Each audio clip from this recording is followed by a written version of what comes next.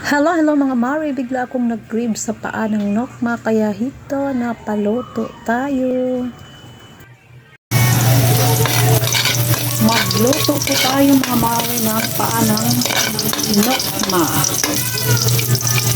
Medyo matagal-tagal na akong hindi nakakain. Nakapagluto lang sa pangkulutan. Ngayon magluto ako for ulam. Adobo.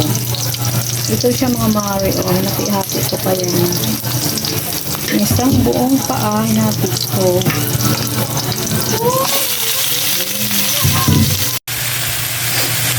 Lagyan natin ng paminta, mga Mari.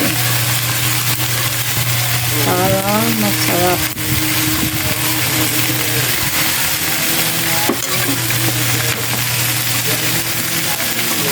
Ano to, Toy? Kumakain ka ba nito? Ano to? Ha? Kamay? Kamay daw ng manok. Lagyan natin ng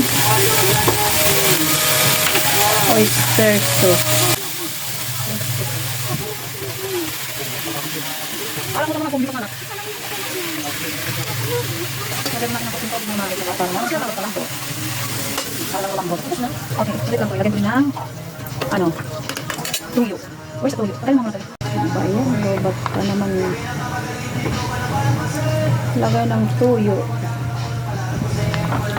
Tapos lagyan din natin ng dahon ng laurel.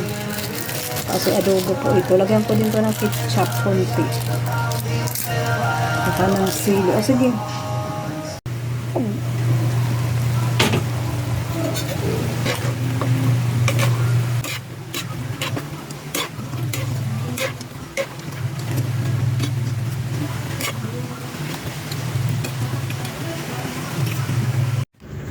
Ayan, ilagay na natin ng konting ketchup para mamula-mula yung sabaw. Tapos may lasa.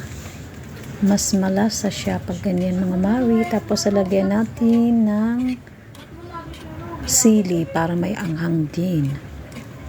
Super sarap yan mga Mari. Try nyo to yung ganitong timpla. Malapit na tumaluto mga Mari at medyo malambot na siya. Ayan, ilagay na natin yung sili. Para katamtaman lang yung anghang, isang sili lang ito ilagay natin mga Mari kasi may mga bata. Hindi nila kaya yung sobrang anghang. Ayan. Malambot na siya. Yummy, yummy. Thank you for watching mga Mari. Patapos po ng video.